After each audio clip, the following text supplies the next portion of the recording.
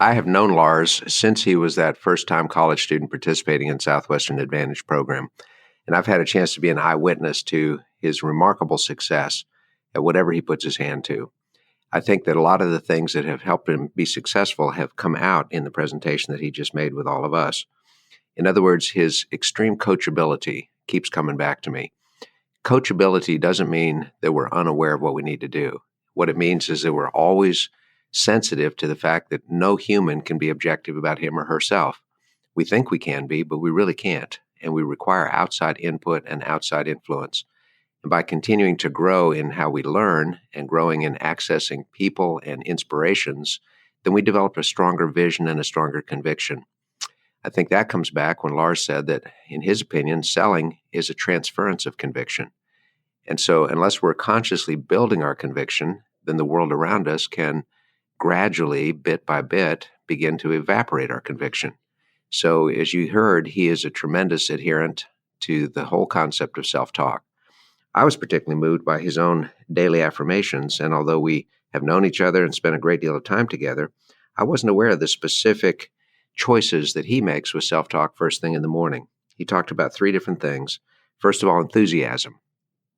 Now, when you think about enthusiasm, we often get that confused with animation. We know people that are expressive and that they're out there and they're moving and they've got great big gestures.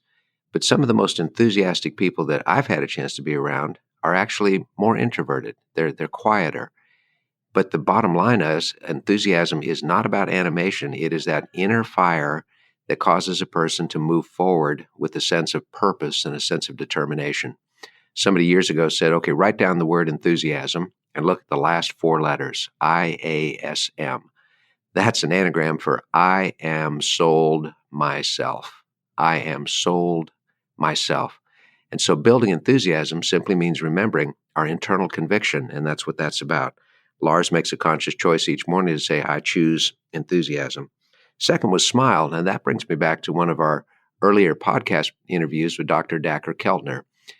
Dacher, for those of you that have followed along, is a professor of psychology at Berkeley, and he's the founder of the Greater Good Institute. In his book, Born to Be Good, Dacher has an entire chapter on smile and the power of a smile and what it does to the outside world and also what it does to ourselves individually.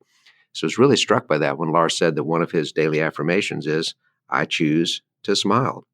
And finally, the third one deals with pressure. Pressure is always a choice.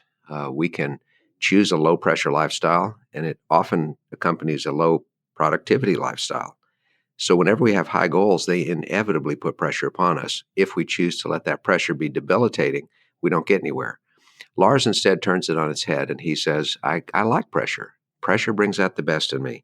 Pressure relates to what's going on. It may destroy many people, but for me, it brings out my best. So my encouragement to myself as I listen to this is remembering that what we wake up with, our very first thoughts in the day, helps to set the pace for the rest of the day and how important that is. That's powerful. Lars talks about self-talk as an internal dialogue. In a way, that's a great way to put it. Internal dialogue, one voice saying one thing, another voice arguing another. And if we're just aware of where that key phraseology in our own minds are going, then we can do some really good things to change that. Lars used the phrase emotional roller coaster when it comes to building a business. Whoa, can't we all relate to that? When we have something great going on, it's like, wee, hands up in the air, eyes closed, mouth screaming, this is fantastic. But then there's other times when we're just trudging straight uphill and we're wondering if we're ever going to make it up to the top, the emotional roller coaster of business. And learning to deal with that means focusing on what we can control, what we can influence, and what we ought to just accept for now. Taking care of the inputs. This is an interesting thing. There's a great analogy that Zig Ziglar used to share a long time ago about pumping water. And Zig would actually get up on stage with a replica of a hand pump for water. And when we're pumping water out of the ground, it's coming straight uphill, and it requires an awful lot of pumping. And what ends up happening is that sometimes people, they're pumping and pumping and pumping with no idea if the water's getting any closer or not, and they just give up. And then absent the pressure of the pump, the water just settles back down to wherever it was, many feet below the surface.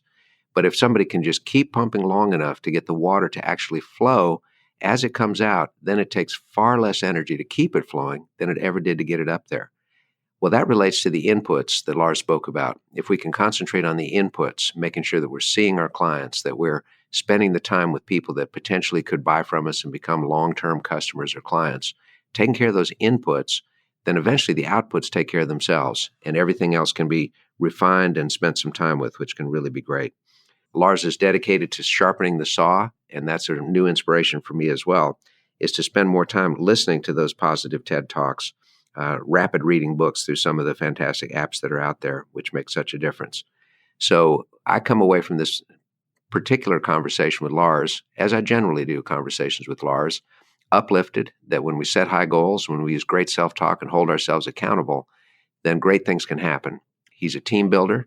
He also leads by example. Every year since the start of the business, he has been the number one personal producer, and that helps inspire the people that are around him to want to produce more as well. So we want to say thank you to our friend across the Atlantic and for the great leadership that he continues to show, great inspiration.